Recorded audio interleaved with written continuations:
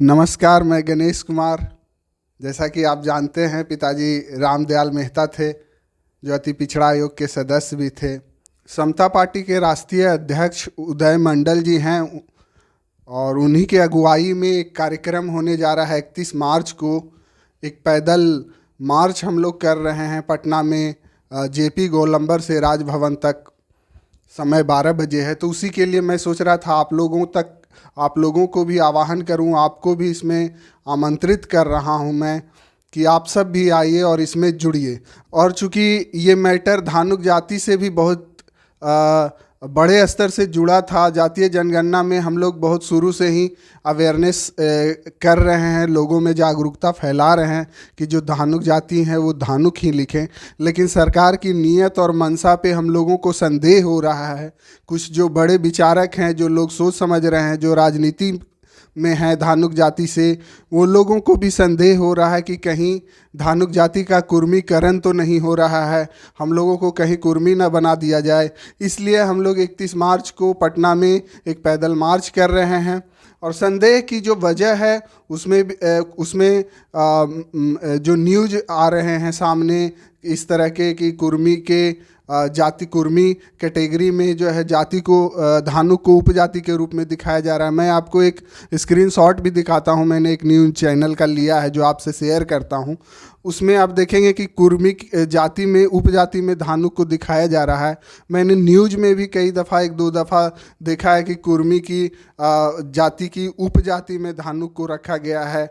और नीतीश कुमार का एक बार ऐसा बयान है टीवी पे कि उपजातियों की गिनती नहीं होगी।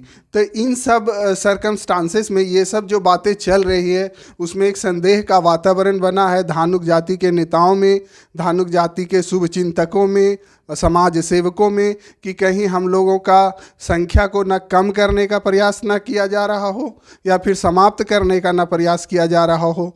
इसलिए हम लोग एक चेतावनी देना चाहते हैं सरकार को, एक वार्निंग देना चाहते हैं कि हम लोग कुर्मी की उपजाति नहीं है, हमारी अपनी जाति है, हमारा अपना इतिहास है, हम लोग कुर्मी नहीं हैं। और हम लोगों के साथ अगर ऐसा कुछ करने का मंशा सरकार रखती है, अगर वो अपना कुर्मी की आबादी बढ़ाना चाहती है और उसमें धानुक को गिन के अगर बढ़ाना चाहती है, तो सरकार सावधान हो जाए ऐसे फैसले से, ऐसी मंशा से नीतीश सरकार सावधान हो। हम लोग इसके लिए सड़क पे उतर रहे हैं 31 मार्च को और चेताएंगे सरकार को कि हमको अपनी मंशा क्लियर करे। इस पे जो संदेह का वातावरण बना हुआ है उस पे सरकार अपना स्टैंड बताए कि वो आखिर हम लोगों के साथ क्या करने जा रही है। और इसमें आप सब भी नहीं सोचे कि पटना जाना है और 200-400 रुपये खर्च का मैटर है। ये आपके जाति की बात है, आपके समाज की बात है, आपके हित की बात है, आपके घर की बात है। तो इसमें किसी तरह का कुछ उस तरह का बात ना सोचें और सीधे पटना पहुँचे। 12 बजे से हम लोग ये कार्यक्रम शुरू कर देंगे, तो आप लोग ससमय पहुँचे पटना। और सब जगह से, पूरे बिहार से आप आए, पूरे भारत से ना संभव हो तो आए कुछ लोग, और इस 31 मार्च के पैदल यात्रा को सफल बनाएं। मैं युवाओं से भी अनुरोध करता हूं कि आप लोग पहुंचे।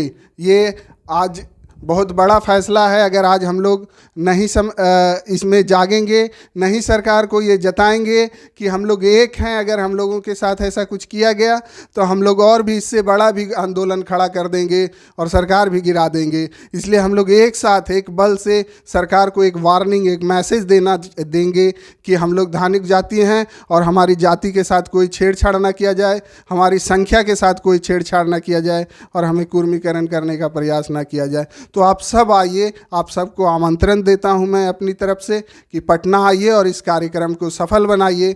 इसमें हम लोग भी नालंदा जिला से काफ़ी लोग जा रहे हैं, इसमें समर्थन करेंगे।